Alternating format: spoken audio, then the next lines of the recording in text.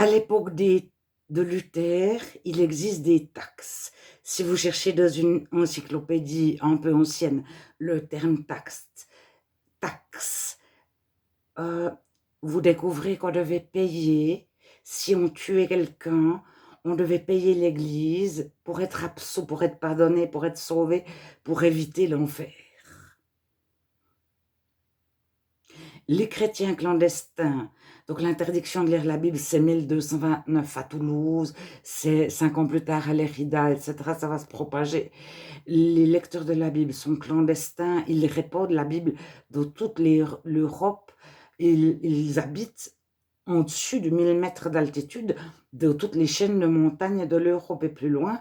Ils suivent les routes de la soie, du sel, les routes de pèlerinage jusqu'à Rome, jusqu'à Jérusalem, jusqu'à Compostelle. Ce sont des commerçants. Leur réel but, c'est de diffuser la Bible de toutes les langues, que chacun puisse la lire. Et de transmettre l'évangile. Et ils font du commerce, ils sont beaucoup médecins et chirurgiens et ils soignent les personnes.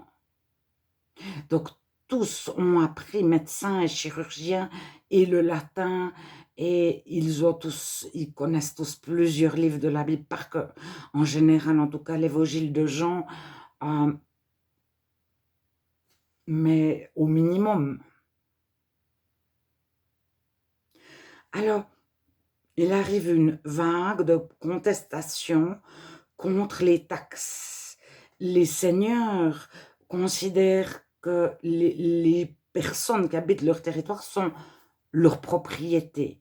Et les seigneurs couchent avec la fille le jour de son mariage quand elle est vierge. Puis une fois qu'elle est plus vierge, ils la rendent à son mari. Alors, il existe le droit de cuissage et le droit de culage. Alors, jusqu'à quel point les hommes y passaient aussi, les jeunes mariés, il est possible de payer une taxe pour éviter cela de la part de l'Église, parce que le clergé, il y a le Seigneur et ses vassaux qui couchent, et il y a le clergé qui couche aussi, qui a aussi le droit de culage et de cuissage. Il considère la population qui habite dans sa région comme étant sa propriété. Et avant de renvoyer la fille qui est plus vierge à son fiancé, on couche avec. On la garde 1, 2, 3 jours. Et il est possible de payer une taxe pour éviter ça. Donc, seuls les riches peuvent payer des taxes. Un pauvre, il ne peut pas payer cette taxe. Et si il a tué une personne, la taxe qu'il devra payer, il devra travailler, mais travailler pour la payer s'il y arrive. Le riche, il peut tuer une personne, deux personnes, trois personnes. Alors, ça coûte moins cher si c'est une femme ou ça coûte très cher si c'est une personne du clergé.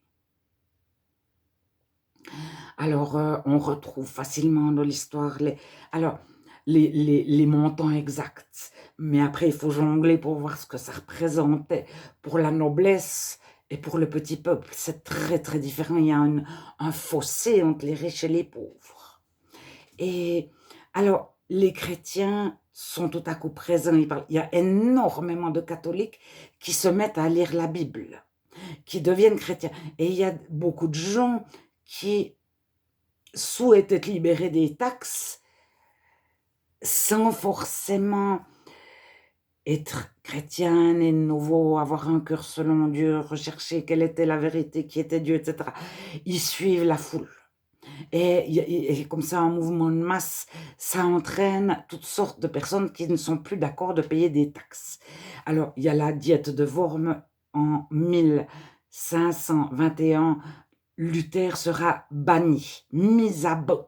C'est-à-dire que n'importe qui le croise dans la rue, dans sa maison, mais n'importe qui peut tuer Luther. Mais qu'il aille dans n'importe quel endroit, que ce soit dans une rue, dans une forêt. Alors, tout le monde sait la tête qu'à Luther, beaucoup veulent le tuer, ou plusieurs peuvent payer quelqu'un pour tuer Luther. Alors, Luther sera protégé par un prince électeur en Saxe. Et c'est là qu'il traduira la Bible avec une équipe. Ils apprendront les langues parlées dans le petit peuple. Et les Gutenberg avait commencé par imprimer des indulgences. Il est mort bien avant Luther. Il imprimera aussi la Bible, Gutenberg.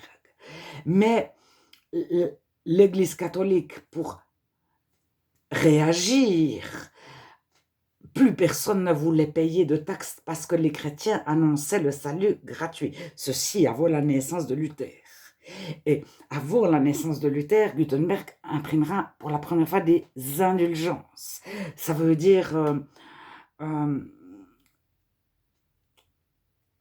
vous n'avez pas besoin de payer beaucoup. Une indulgence, vous êtes pardonné, sauvé. On vous les distribue, c'était pour contrer cette vague de révolte contre les taxes. Ceci avant la naissance de Luther. Et Gutenberg sera sollicité pour imprimer des indulgences que l'Église catholique distribue pour essayer de contrer cette vague de contestation contre les taxes.